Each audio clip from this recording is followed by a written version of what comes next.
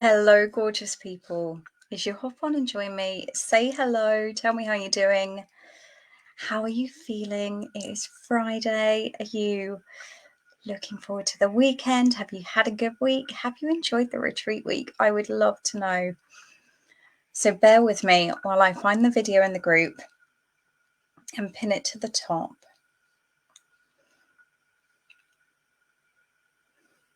There I am. The weekend, have you had a good week? There I am.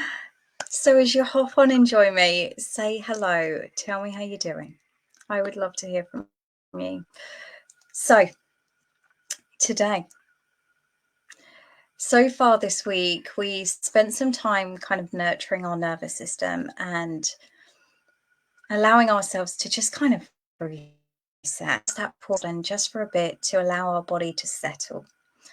And then we spent some time thinking about, okay, so what's available to us? What's possible? Thinking about those kind of energies of things like abundance and knowing that abundance is available to us now, if only we just choose it. It's literally that simple. Then we took a bit of a stock take of where we are and then looked at the actions that we need to take to get to that next level. Or when I say that next level, like I say, I'm not a big fan of that phrase because it makes it sound like we're in some kind of platform game, but to get to that next level of being where it feels a little bit better. We're closer to our dream. We're closer to that reality of the life we genuinely want to create. It's all within us, right? Hi, Fran, gorgeous. Hope you are doing okay. Hi, Louise. Lovely to have you here. Hope you're doing okay. So today I wanted to really dive into the how. And what I mean by that is change is tough, right? You know, if change was easy, we'd already have these things sorted out. We'd already be doing the actions. We'd already be in the mindset constantly and, you know, showing up every day as the best version of us. From a Vedic point of view, this can be what's termed samskara, where we're in these kind of patterns of behavior that we play out time and time and time again. So to kind of break those cycles, it takes energy, right? It takes effort and it can take discomfort. The truth is, these patterns that we're playing out, these behaviors that we're showing up in time and time and time again are comfortably uncomfortable.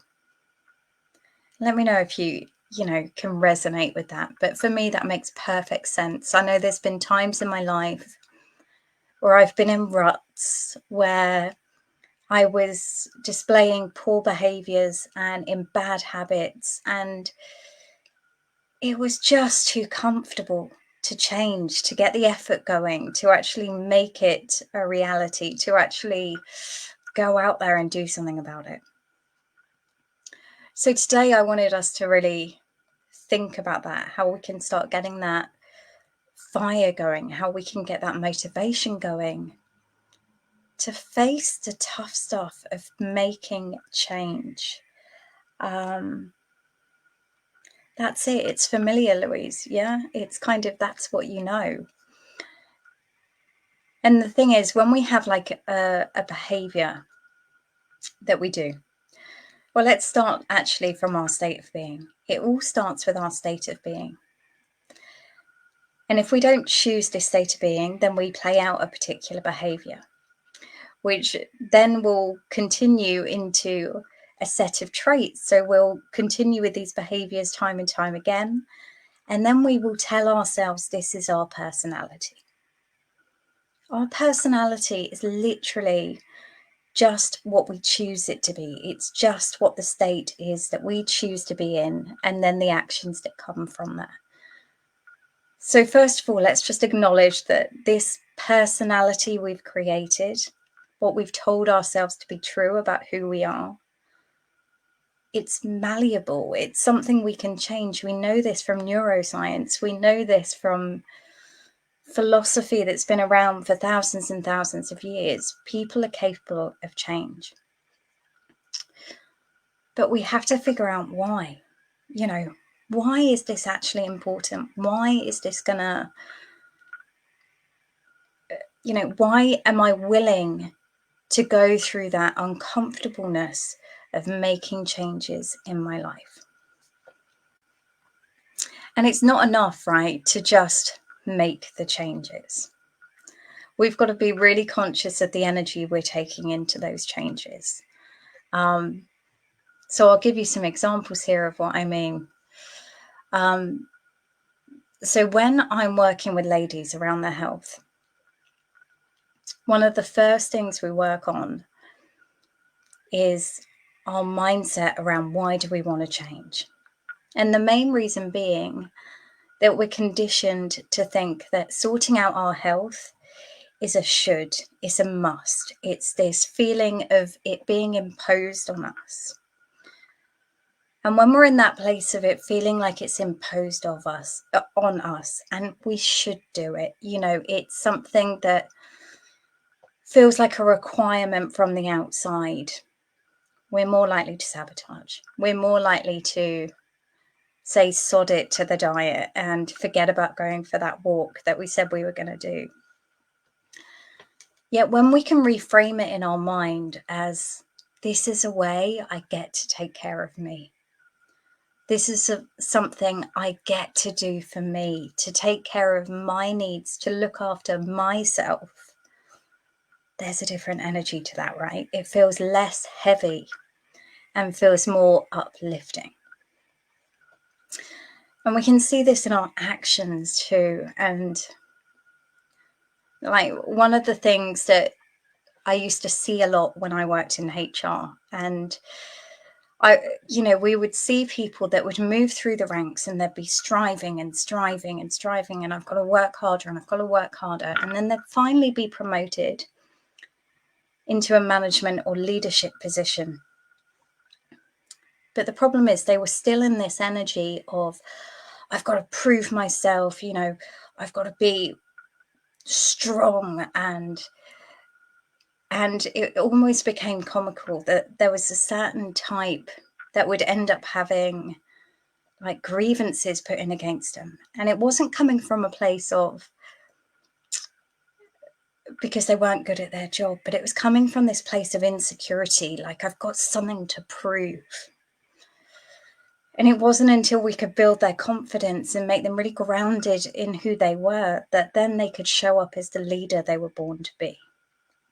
And the same energy we need to think about when we're making change in our life. If we're coming at it from a strive, I've got to push harder, I've got something to prove energy, the likelihood is it's going to screw up at some point. We're going to self-sabotage. It's going to blow up in our face.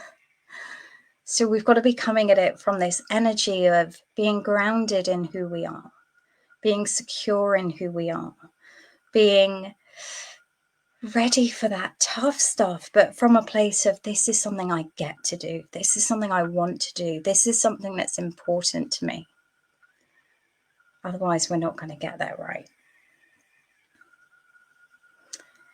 Yeah, Louise, we can change how we react to things.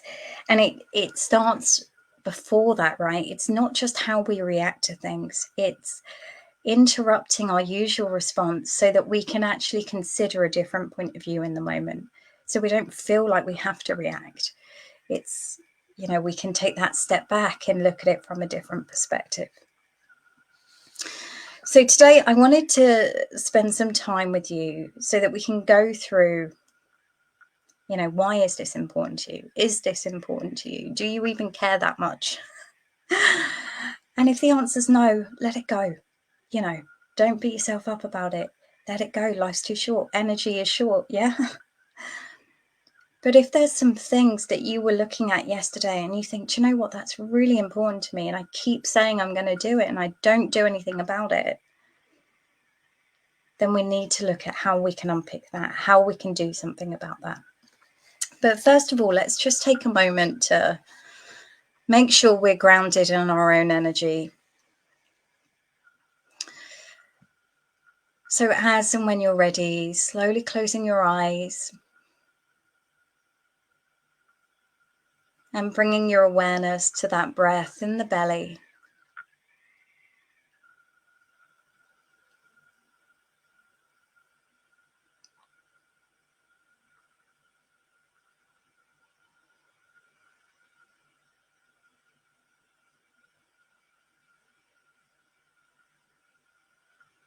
And just allowing everything to slow down.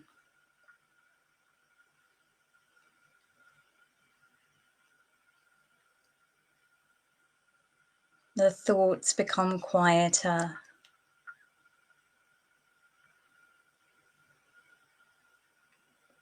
The nervous system begins to settle.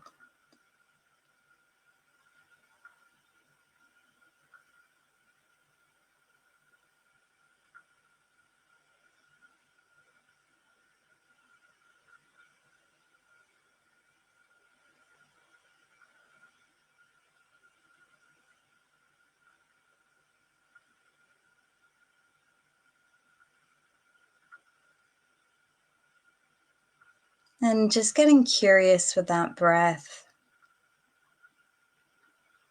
Is it fast or slow today?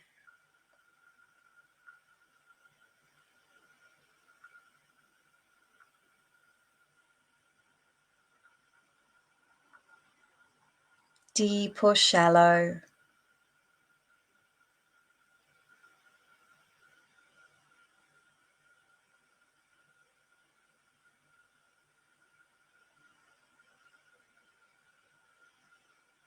Steady or creating a song of its own?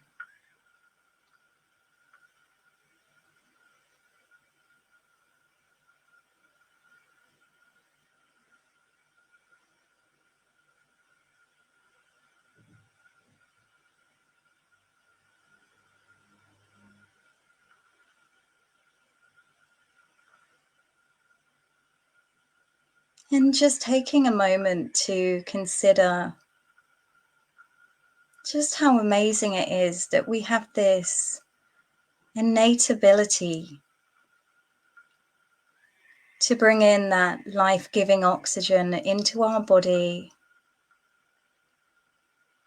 take what we need,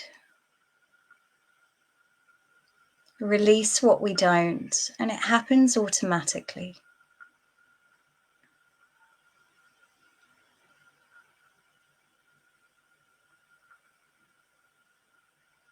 We always have this abundance of oxygen available to us.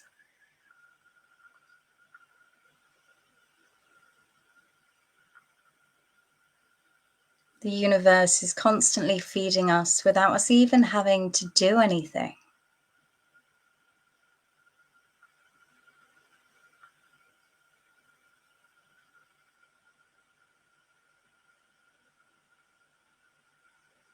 It's just effortlessly taking care of us and our needs, supporting us to be alive.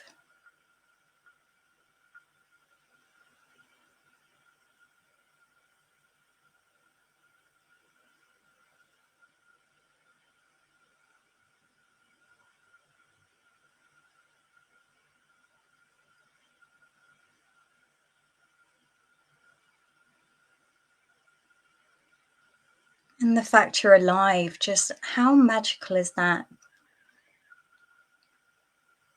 That the thousands of people in your lineage met and came together to make your grandparents and your parents and your great-grandparents and your great-great-great-grandparents and the thousands of people that had to live before you to make you, well, to allow you to be here today.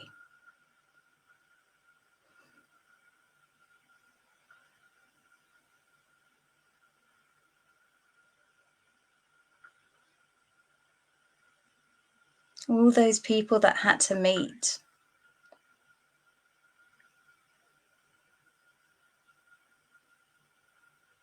just to allow you to be alive today.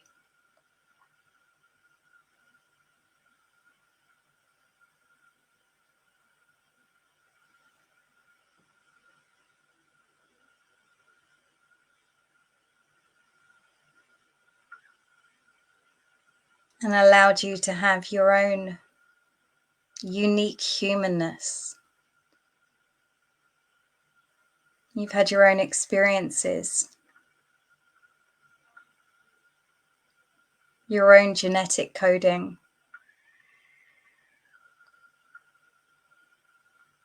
You've met certain people along your life, and all of this has shaped you to be the human that you are right now. There's something really magical about that.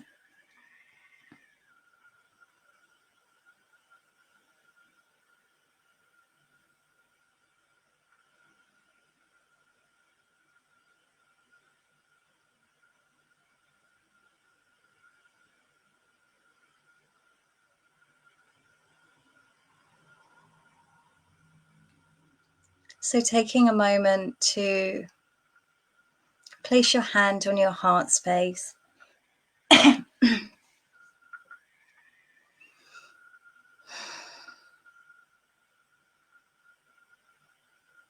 And feeling into that gratitude of just being able to be here in this moment today, alive in this day and age.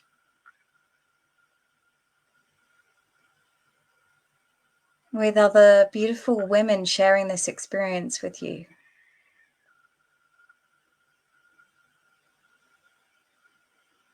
In a time when we connect without even having to be in the same room.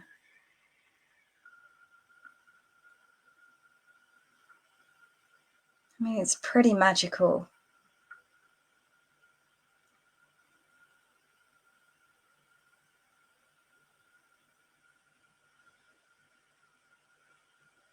So taking a moment to say thank you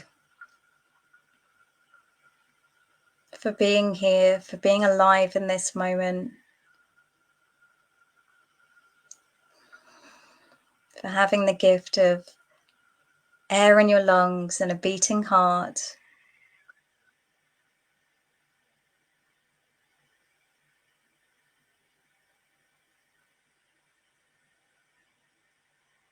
And perhaps sending some love out to the other ladies watching, whether with us now or watching on replay. Allowing that love and gratitude to ripple out to them too. See if you feel it back.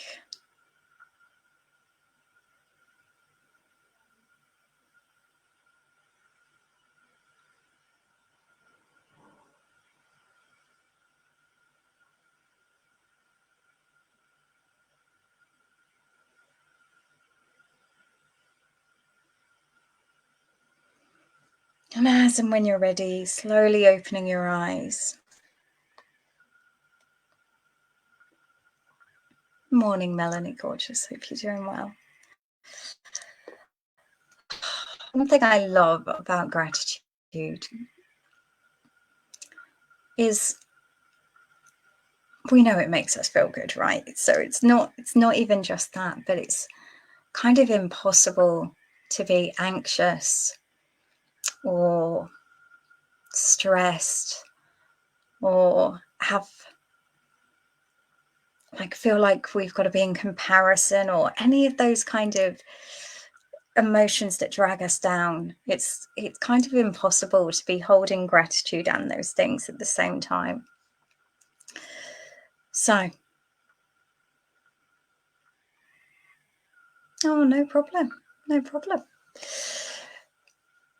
So today, let's tap into thinking about all of the things that came to you this week. The vision of the future that you want to create. The changes that you want to put in place for this year. You may want to get a pen and paper ready because I'm going to be asking you some questions and I want you to get really clear on what's your motivation behind all of this. you know, allow you to really get that fire energy going.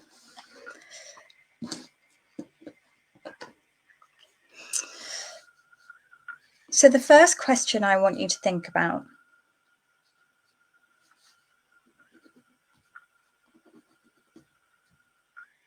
is, what will be the outcome if you don't make these changes? So those things that you were thinking about yesterday, those things you want to improve, and, you know, I know for some of you that was more self-love and self-kindness and making more time for loved ones and more presence for loved ones. What is going to be the real impact if you don't do something about this? I want you to be radically honest with yourself here. Look it square in the eye. You need to be really real with yourself. What is the impact?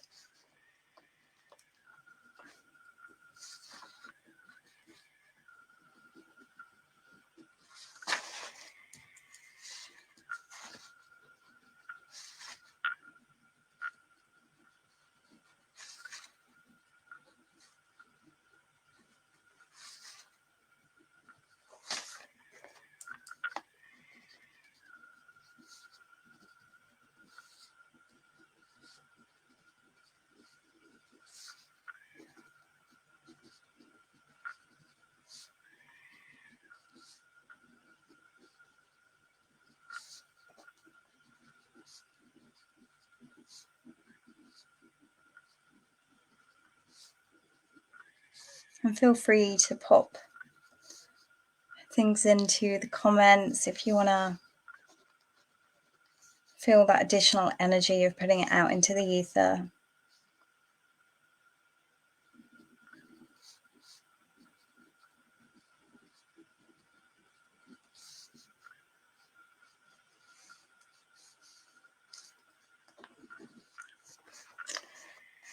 So Melanie, think about, so what, again, trying to get into the detail of this.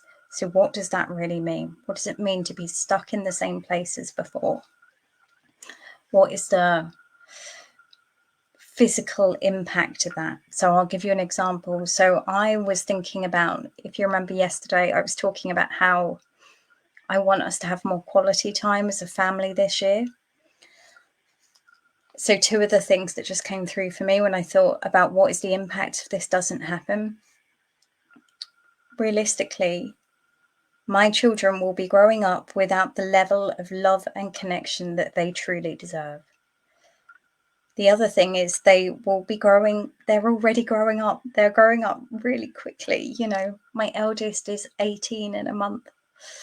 And that's time I'll never get back. Time I'll never get back to spend with my kids with, you know, the level of presence and love and connection that we both will benefit from.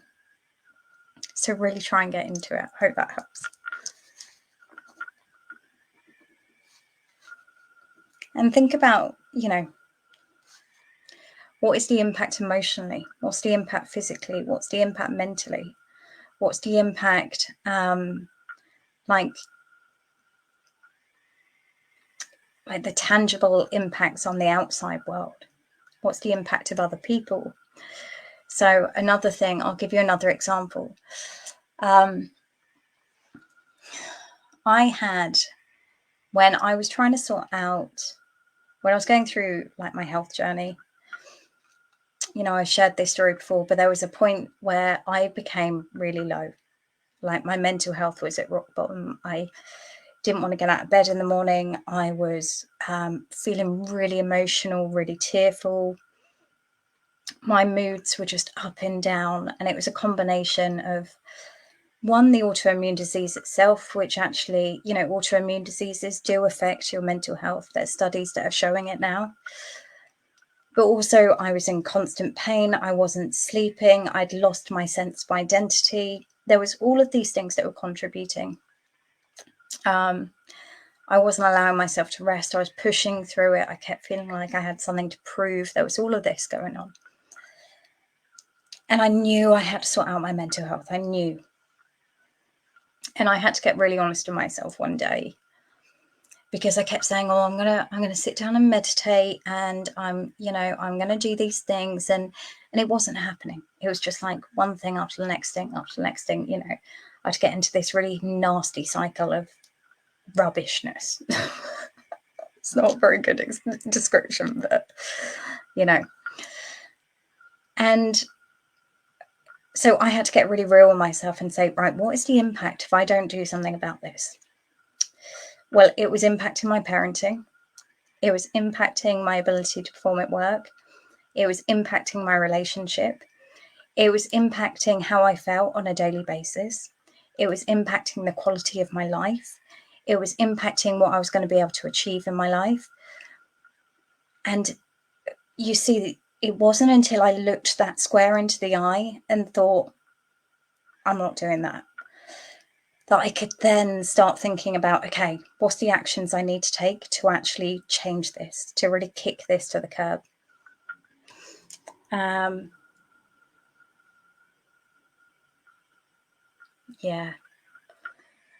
Yeah, it does. It affects everything, right? So get really clear on that. What's it affecting?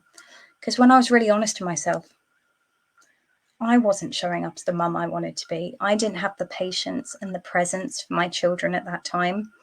I didn't have,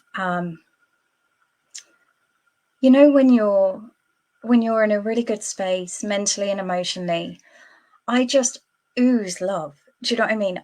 I love everyone around me. I'm so caring and nurturing. But when we're in that space where our cup is so empty, it feels like such an effort, right? It's like we've got to bring that part of us forward constantly. It's not a natural state for being.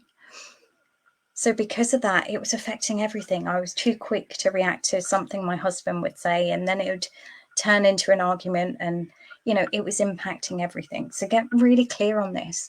What is this actually impacting? So, are we all finished up with that one? I will presume so. So kind of similar question. What will be the impact if you do? What will be the impact if you do change this thing? How could it be different?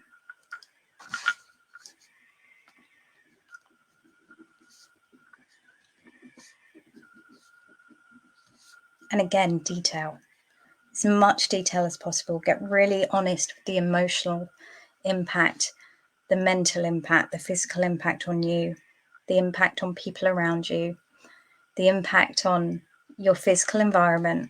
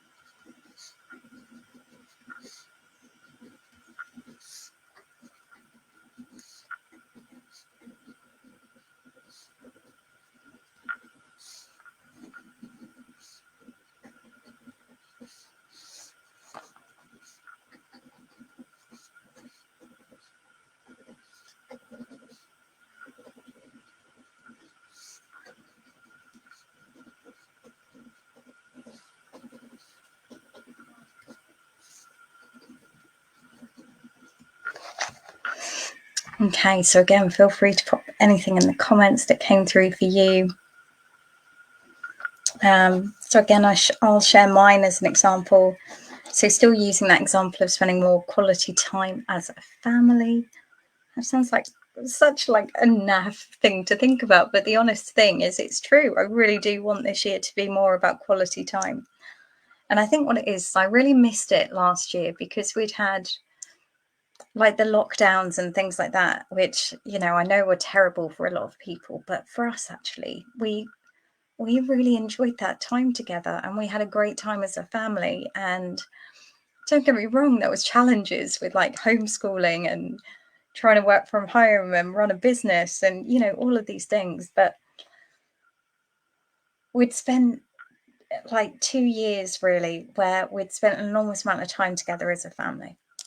And I think last year I really missed that connection. And of course, you know, it's natural that as those lockdowns and stuff eased, that we'd want to go out more and do things separately and, you know, take some time for ourselves. But yeah, this year I want to get some of that back. So that's kind of my thinking behind this one. But so what will be the impact if I don't? No, if I do, sorry. So one of the most important things for me as a parent is that my kids grow up feeling safe, insecure, and secure in who they are. I want them to have that inner knowing and strength to be able to turn inward if they ever have any challenges or problems, as well as reach out for support. But I think there's something just so important about having that inner confidence. And from my experience, that comes from knowing you're loved and safe in like the family unit. So that is something I try and install in my parenting constantly, that knowing they're loved, knowing they're fabulous, no matter what's going on for them or what they're doing or what screw ups they've made, knowing that, you know, they're beautiful human beings and they have the answers inside of them and they can always turn inward and they know the right thing to do. So that time together will give them even more of that security. I will also know as a mum that I'm doing the best job I can. And, you know, I can fool myself into thinking I'm doing the best job I can. But actually, that's not true. There's more I could be doing, and I need to own that. And I need to take responsibility for that. And, you know, being organized in things like having this regular quality family time is going to make an impact on them, and it will me. And I will also know that I've done the best I can. Our family unit will feel stronger. That's something, you know, I think we can always feel stronger as a family unit. We will have more time to learn from each other because, you know, as parents, it's not just us installing teaching into them, is it? You know, I've learned so much from my kids. They show me different things all the time. They also mirror back parts of my personality that perhaps I don't like to look at. That's the great thing about kids, right? But, you know, they're wise. They're really wise kids. And they're constantly teaching me about things in the world and the world they live in and their generation's view. And, you know, I'm always keen to learn from my children, and hopefully they are from me, you know, some days more than others. And there'll be more fun and love in the house. And I think, you know, we can always have more fun and love, right? So just to give you an example, Fran, you'll have more positive energy and this will bring you more joy into your life and those around you. And how impactful is that, right? That's life-changing. You know, just being able to experience joy on a more frequent basis. Huge. Okay. So number 3 is, what have you already tried to create this change? So what have you already done to try and create this change?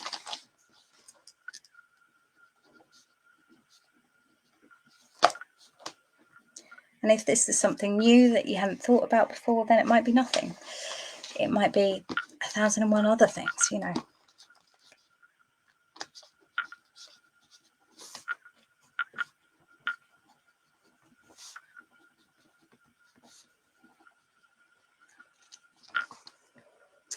Louise, let me just read your comment on here because it's going to be easier. You suffer with chronic pain and so many health conditions that disable you living a full life. I'm not sure how I can improve my arthritis and insomnia. I know my life would be so much better without them. How do I get over these massive obstacles? That's what I struggle with. I desperately want to build a better life for myself. When you were struggling with these things, how did you overcome them? So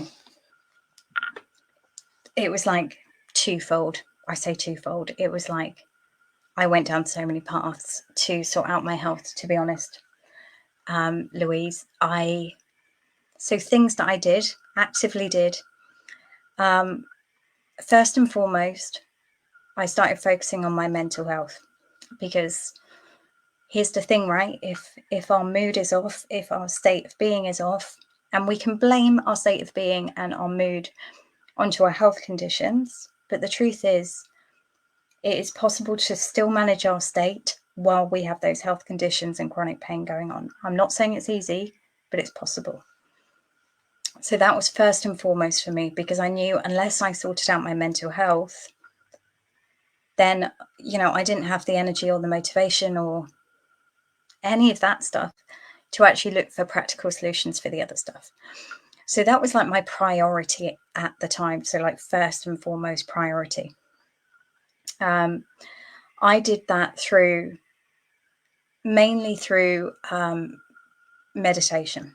So meditation was my go-to. When I say meditation, I'm not talking about, listening to meditations online. I tried to do that. So this is really prominent, actually, when we think about the question of what have I already tried. I tried to do it on my own for a very long time. So yeah, I'm going to sit down and I'm going to do some meditation and I'm going to do some journaling every day. This is what I told myself. Yeah, that's what I'm going to do. And then it would be one day I'll be really motivated and I'll do it. Next day, too tired, haven't slept. Yeah, I'm exhausted. I'm in too much pain. I'm not going to do it today. And then that would be 2 days I didn't do it. And then maybe 3 days. And then I'll get back on it. And then it would do this. And I knew that certain practices made me feel better. And meditation was a big one. So I thought, do you know what? Initially, I tried to go down that, sort out my physical health first, and then I'll feel better. I realized it had to be the other way around. So sort myself out, and then I can have the energy to sort out my health. So what I did was I joined a group. So I did a course on Zen Insight meditation, which was probably the first step in changing my life. It absolutely transformed the way I viewed me, the way I viewed my life, the way I viewed the world. I met some amazing people, and I had that support and accountability to keep it going. And each week we'd look at a different meditation and we'd have to keep a journal about it. And and then we'd come together as a group and share our experiences and then learn the meditation for the next week. And it just blew my mind, and it was just what I needed, And then from there, through the energy meditations, Buddhist energy meditations, that led me on to Reiki. I then trained in Reiki. In the meantime, I was exploring things like my nutrition, how that was affecting my arthritis. I was seeing chiropractors, osteopaths, like far too many people, like ridiculous amounts. And none of those things were really working. And then I came across Ayurveda. And so for me, I started trying to get my head around Ayurveda. It was all seeming very complicated and difficult, again, to do on my own. So I had to have that honest look and go, look, if this is something you want to do, you're going to have to get some support to do it. So that's what I did. Went and got some support. Because it's so much easier for someone to look at your patterns and go, you need to do X, Y, and Z, than trying to figure it out yourself, right? So that was kind of my journey of healing. And it didn't really stop there. I've continued. I'm always learning. There's always more to learn, right? And the minute I stop learning, you know, you're going to have to bury me. So that's kind of where I am. I'm at the moment, I'm studying some different tantric practices, which are proving illuminating. I'm loving a bit of tantra at the moment. I'd already studied some tantra, but this is like taking it to the next level. So yeah, I don't know if that helps, but there you go. That's my story. Louise, you're the same about not being able to stick with it. Lovely, we're human, right? And change is tough. And I know I say it time and time again, and I know it sounds like I'm selling to you guys, but if I'm honest, this is why I have coaches. This is why I have mentors, because it is so difficult to create change on your own. You know, even this week, I've been on the phone to my coach about there was something I wanted to do, then I didn't know if I wanted to do it, and then perhaps I should do this thing instead. And I was going in this like loop, and I was like, can we just have a quick call? Because I need to like talk this through with someone and put this into some kind of order. And, you know, 10 minutes to my coach and I feel human again. I feel on track again.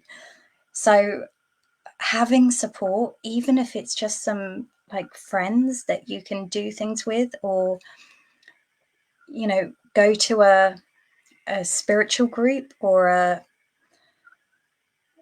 you know, I don't want to presume what path you want to go down, but, you know, there's support networks out there, and tap into them. And I know that when we're in a really crappy space, we just want to withdraw generally, right? I do. I'm like, oh, I just want to hide away from the world and I don't want to interact with anyone. But I also know that the times that I've got better and things have changed have been when I've had support around me and people have helped me. And there's something really beautiful in the medicine of connection. I think that energetically makes us feel so much better anyway.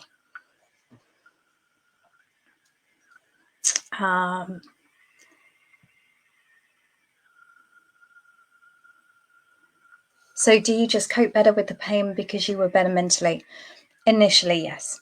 So initially, through meditation, I was able to not get attached into the pain. And what I mean by that is, yeah, we've got pain going on, but there'll be 1,001 other sensations that are going on around us in our body, in our energetic space, in our mental space, in our emotional space. And we can also shift that through power of energy work, visualization. There's so many different ways that we can work with it to give some space around the pain.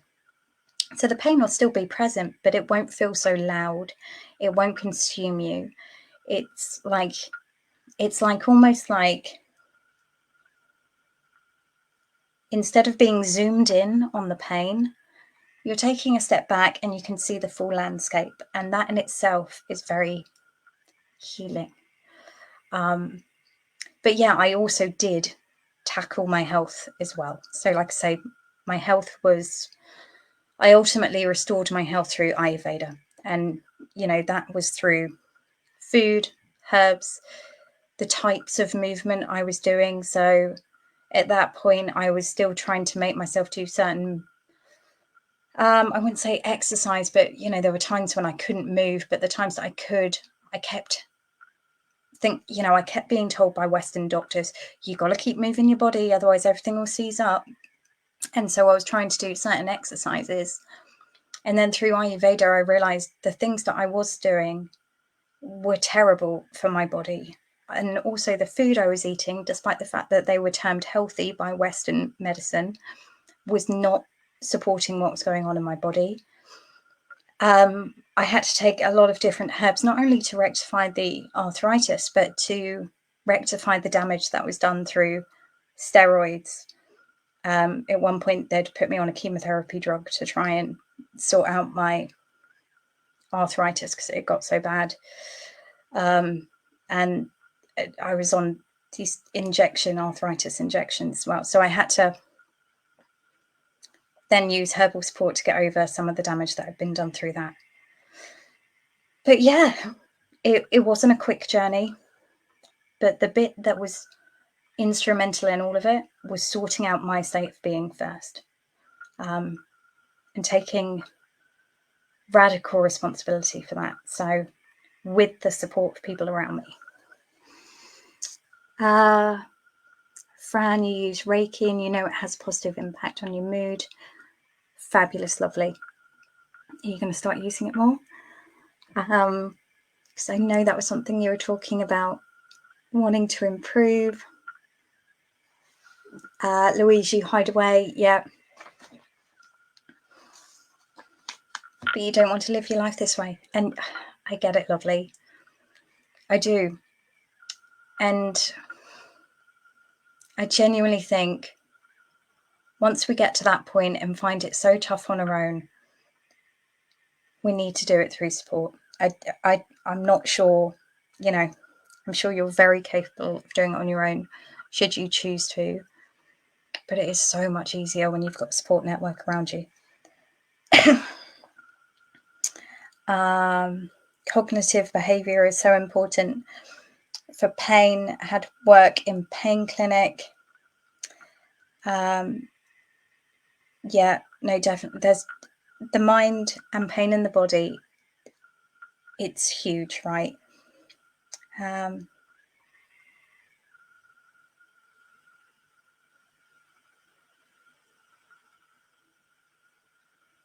Yeah.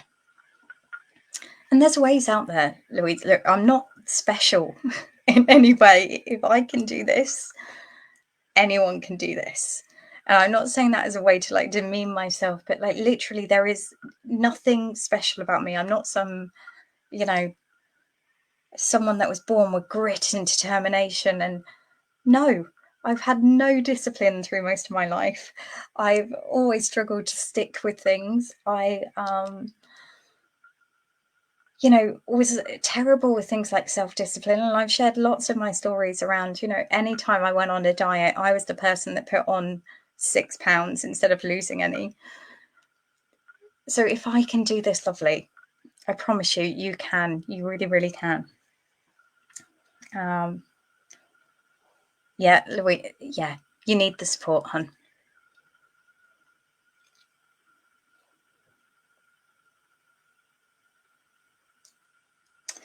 Yeah, and Melanie, be careful, lovely, that you don't, when you say there's someone out there that's worse, and that is so true, right? You know, there's always people that are worse off. But sometimes when we say things like that to ourselves, we're almost like pretending it's not important to us. We're like, oh yeah, this thing's really crappy, but you know, I'm not allowed. I'm almost like, it feels like I'm not allowed to complain. And that reminds me a bit of, you know, we can have that conditioning as a kid where it's like, don't make a fuss, be quiet, sit down, be a good girl.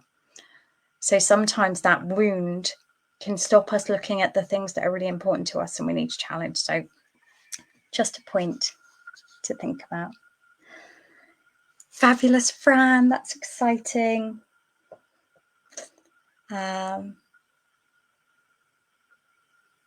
You're always complaining. Well, I haven't seen you always complain. So, okay, one more question. How are we doing for time? All right. Oh, I'm looking at the wrong page. Oh, actually, no, 2 more questions. So, so what have you tried already was question 3. Question 4 is, why didn't it work? Why didn't it work? So, Louise, using my example, it didn't work when I was trying to do it on my own. And the minute I could accept that, I could do something about it, right? I could go, well, I need to get some help then. I'm not saying that's the case for you, but I know for me, that was a big part of my journey, was like having to admit, which felt really tough, having to admit I couldn't do it on my own. After priding myself on being this independent woman, you know, I had to go, I need help. I need support. Can someone help me, please? And that felt really alien, if I'm honest. It's the hardest thing we can do, right? Is say, I need help. It takes more strength than anything. Anyway, why didn't those things you've tried before work?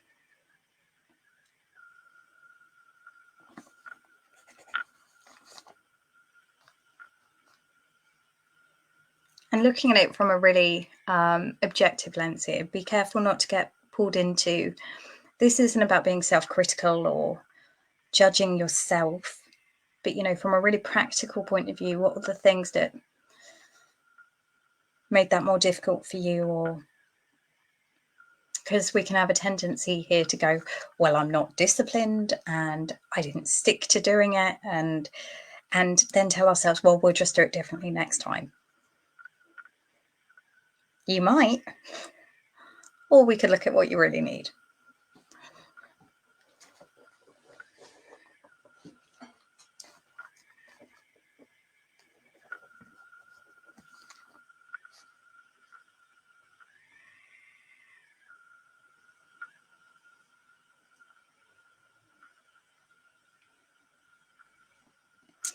Oh, interesting, Melanie. Someone is always in need. So is this about saying that you're putting your needs at the bottom of the pile? In which case, you know, what's that saying about how you value you? We do this thing as women, right? Or we can do. That's like such a sweeping statement. Where we wear this martyr badge. And I'm saying this lovingly because I did it for years, where I'm always taking care of everyone else. I've got to do this. I've got to do, you know, this was me. This was my mental talk probably 10 years ago. I've got to work full time. I've got to work all these hours. I've got to feed the kids. I've got to keep the house clean. I've got to do the washing. I'm the one that's got to keep the kids motivated at school. I'm the one that's got to go to parents' evening because, you know, just over 10 years ago, I was a single parent. I'm the one that's got to look after their mental health and well-being, you know, and this was my mental story that was constantly going on in my head. It was, I don't ever get any time for me. My health being crap was the best wake-up call for me, because at that point, I can no longer wear my martyr badge. I had to go,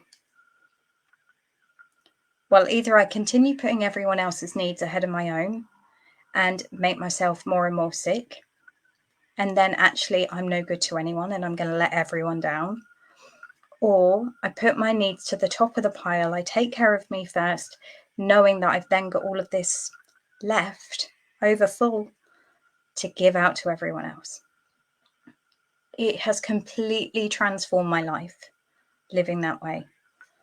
And don't get me wrong, there's still days where it kind of fluctuates. But the question I always come back to, and you know, some days I come back to it time and time again, what do I need right now? Sometimes it's, I just need 5 minutes to myself to connect into my breath. And if that means I'm 5 minutes late for something, I don't care. Because actually, this is really important. Because if I don't take these 5 minutes, this is going to continue on. And my mood is going to deplete. My energy is going to deplete throughout the day. I need that 5 minutes to restore me. And just that little mind shift, honestly, it's completely transformed the way I take, you know, I run my life and the results I've seen through it.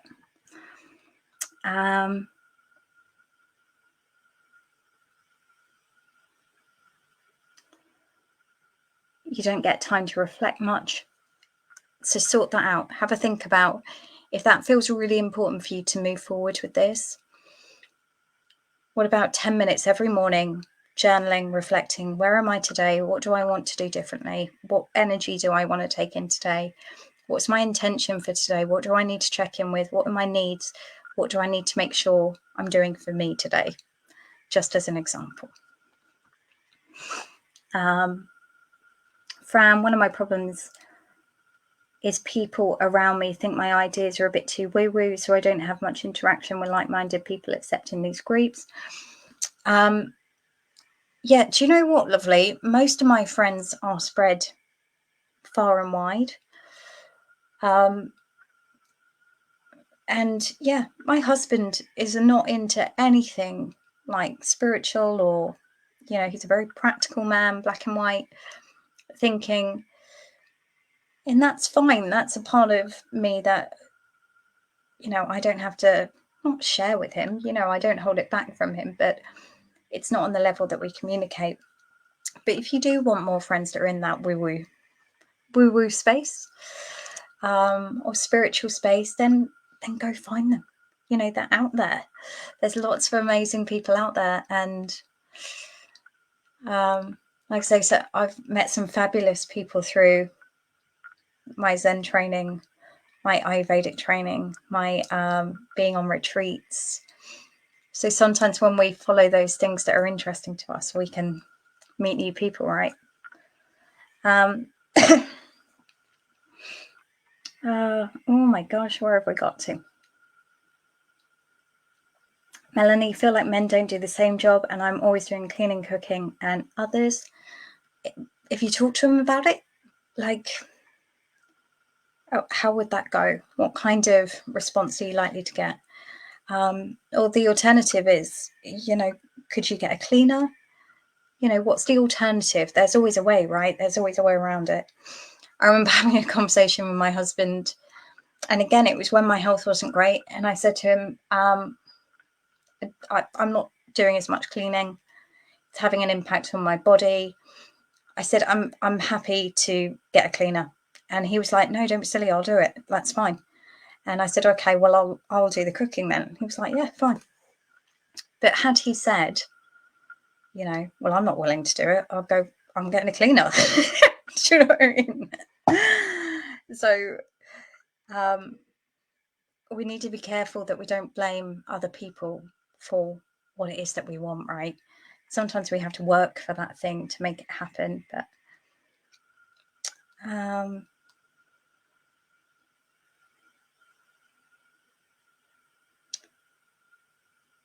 fabulous, Melanie. Glad you're having a nice lie down. Yeah, I often so from an Ayurvedic point of view, afternoons is Vata time. So it's a time when we really should be taking a moment to rest and allow our nervous system to settle down and, you know, perhaps do some gentle stretching. But one of the things I like to do on an afternoon is, after I've done the school run, I will often come back and while my son is taking some time to play, I'll take time to read a book and just lay on my bed and read a book. And it refills my cup. It's beautiful. Oh God, lots of comments now.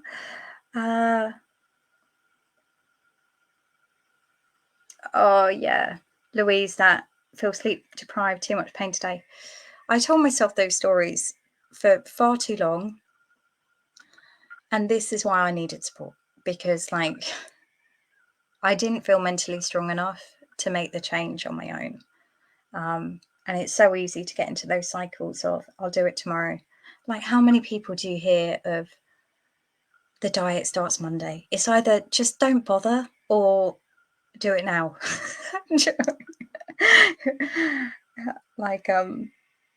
So I think we cause ourselves a lot of suffering with this, right?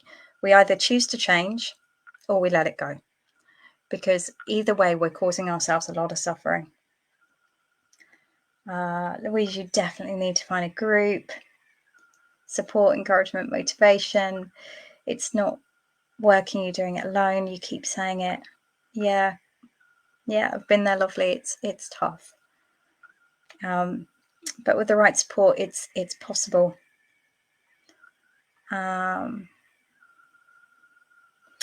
So where have we got to?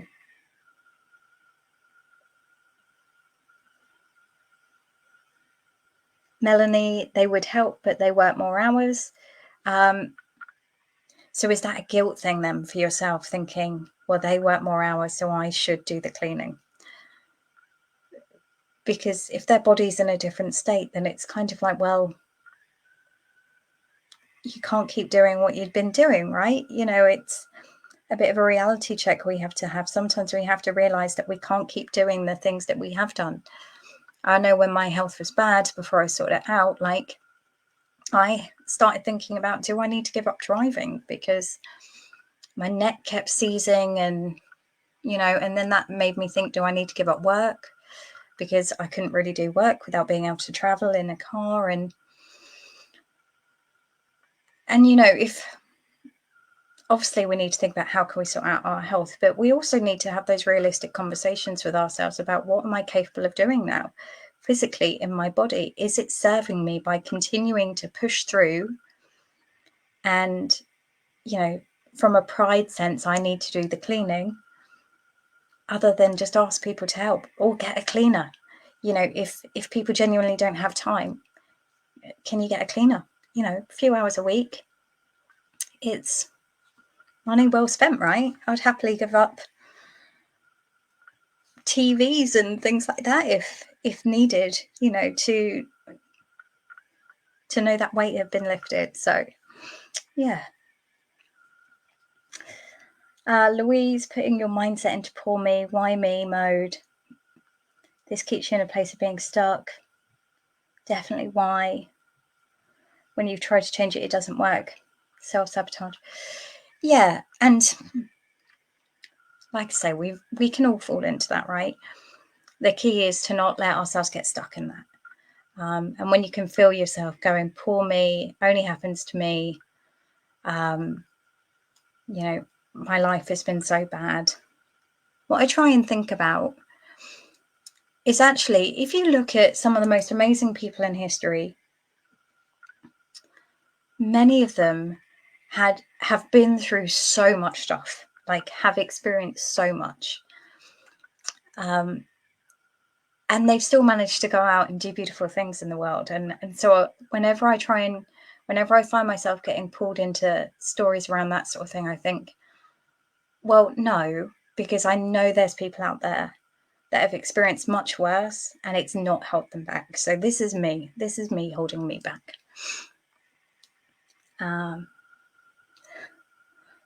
You need a mini Holly in our pockets to keep us motivated. Yeah, do you know, I once had a client who made a similar comment about me being sat on a fireplace, where, like, she could just come talk to me, just go sit on her fireplace. Okay. Oh, wow. We're over on time. Okay. So the final question, which you may want to do in your own time when I find it, is, so the last one was, why didn't it work? So this final question, question 5, is, so what do I need to do to make it work this time? So, you know, it might be really practical things. The more practical you can make it, the better, if I'm honest. So, like I say, things like joining groups, taking a physical action. So for me, with the meditation thing, it was, I went and found a meditation course and I signed up. What other things? So with my health, I started reading about Ayurveda. I was following the practices, realized that wasn't working, and I was trying it, but I could see there was something in it. So again, I signed up to train in that. Training courses aren't always the answer, but those examples I was just thinking about, it was. Let me think of some other examples. So the example that I'm talking about, the family fun nights. So this sounds really pedantic, but I have to tell you this. So I've got a shared online calendar with my kids and husband, because we're all so busy, right? Both my girls work, my husband works. Them three all do different shift patterns, so they're all over the shop. And yeah, to be fair, my calendar looks different some weeks to others, depending on, you know, what clients I've got in and what programs I'm running and stuff like that. So we have this shared online calendar. So I'm going to start scheduling the family fun nights in that calendar, and then like it will show who's available and what have you. Because I was moaning that I was saying, oh, well, how am I going to do this with all the different shift patterns and stuff going on and finding a time that's going to work for everyone?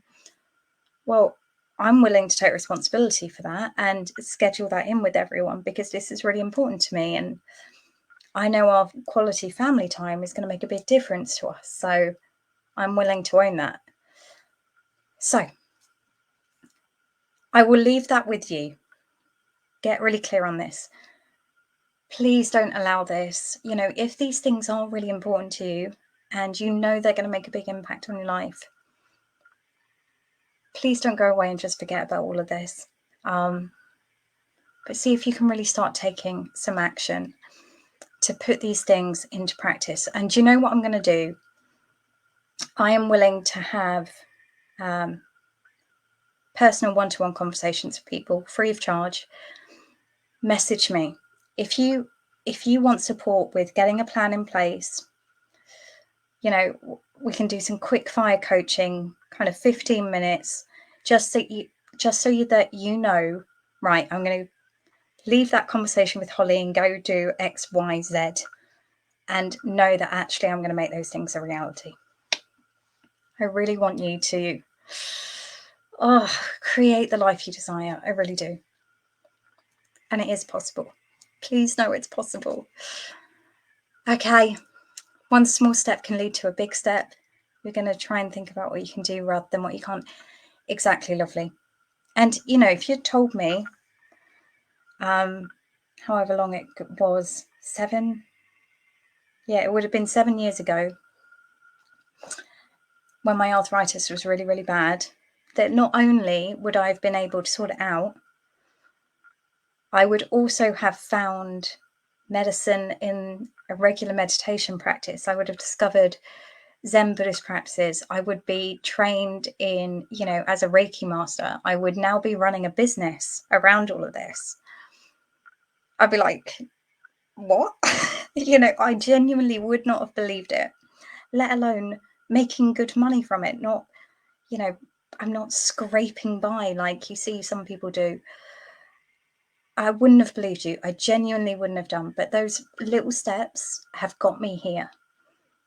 So please just trust yourself. Take the action. And who knows where it could lead. I'm sending you so much love. Reach out if you want that free 15-minute call where we do quick fire, getting your plan together so you know exactly what you need. And I look forward to seeing you soon. I think I'm going to be popping in next week. I've got a couple of things I want to chat through with you. Or I'll certainly be sharing some things in here next week. So I look forward to seeing you soon. Take care.